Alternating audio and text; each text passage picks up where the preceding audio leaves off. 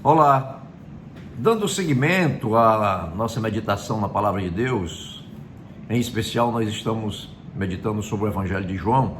Nós vamos hoje ao capítulo 8, e ele começa dizendo assim: Jesus, porém, foi para o Monte das Oliveiras.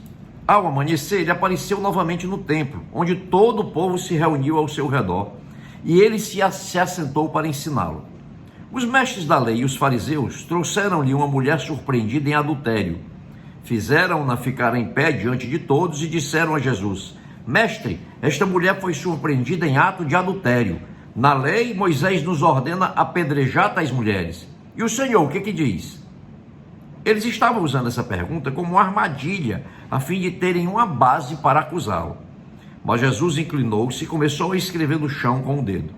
Visto que continuavam a interrogá-lo, ele se levantou e lhes disse: Se algum de vocês estiver sem pecado, seja o primeiro a atirar pedra nela. Inclinou-se novamente e continuou escrevendo no chão. Os que o ouviram foram saindo, um de cada vez, começando pelos mais velhos. Jesus ficou só com a mulher de pé diante dele. Então Jesus pôs-se em pé e perguntou-lhe: Mulher, onde estão eles? Ninguém a condenou? Ninguém, Senhor, disse ela. Declarou Jesus: Eu também não a condeno. Agora vá e abandone sua vida de pecado. Queridos, essa passagem mostra mais uma vez os líderes religiosos armando contra Jesus. Eles queriam pegar Jesus em algum erro para ter do que acusá-lo. Então o que nós vemos aqui foi um plano elaborado com essa finalidade. A lei mosaica dizia que se alguém fosse pego em adultério, deveria ser apedrejado. Não só a mulher, mas também o homem que cometeu adultério com ela. E o que é que nós vemos aqui? Para começar, nós vemos que o homem nem aparece no texto, sinal de que ele ficou à margem dessa acusação, o que nos aponta para realmente uma armação. Só a mulher foi exposta aqui nessa situação. Qual era a tática dos líderes religiosos? Se Jesus dissesse sim, apedreje a mulher para cumprir a lei mosaica, eles teriam de que acusar Jesus. Acusariam Jesus de não ser misericordioso, de não ser aquela pessoa que ele dizia ser e que ele demonstrava ser, etc. Por outro lado, se Jesus dissesse não apedrejem, eles acusariam Jesus de não cumprir a lei mosaica. Então, queridos, veja que armação. E só para fazer aqui uma observação importante, a lei, ela não salva ninguém. A lei, essa lei mosaica servia para mostrar o pecado, mostrar ao homem a sua condição de pecador. Para isso que ela existia. Mas o que salva é a graça de Deus, na verdade.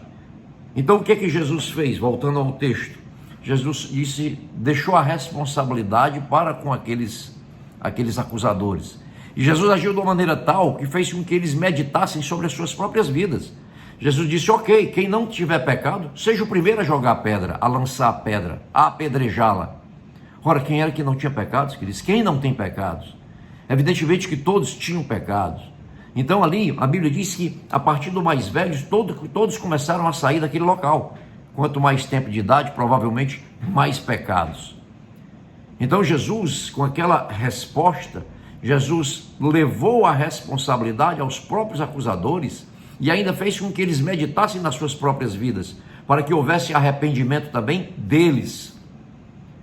Essa foi a resposta que Jesus deu. Jesus ele não coadunou com o pecado, ele não aprovou o pecado da mulher, tanto que ele, depois que pergunta a ela onde estão os seus acusadores, ele diz: eu também não a condeno, mas ele faz uma observação importante, ele diz: agora vá e abandone a sua vida de pecado. Então, queridos, como eu disse, a lei não salva, o que salva é a graça de Deus, mas é preciso que a pessoa se sinta condenado primeiro, à luz da lei, é preciso que a pessoa se sinta realmente pecadora, para que haja arrependimento, e não pode haver salvação sem arrependimento.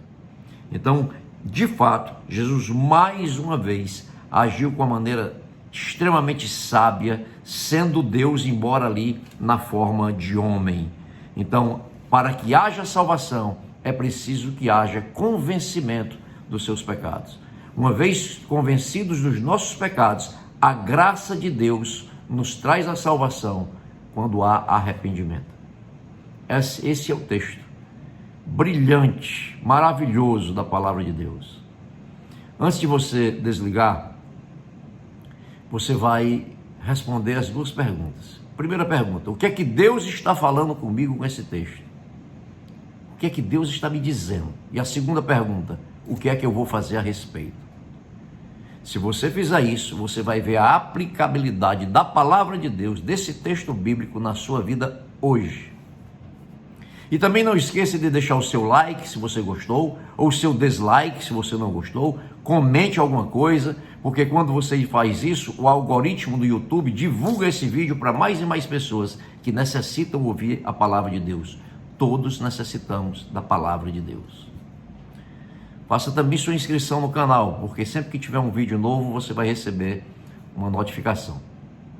Que Deus nos abençoe, em nome de Jesus.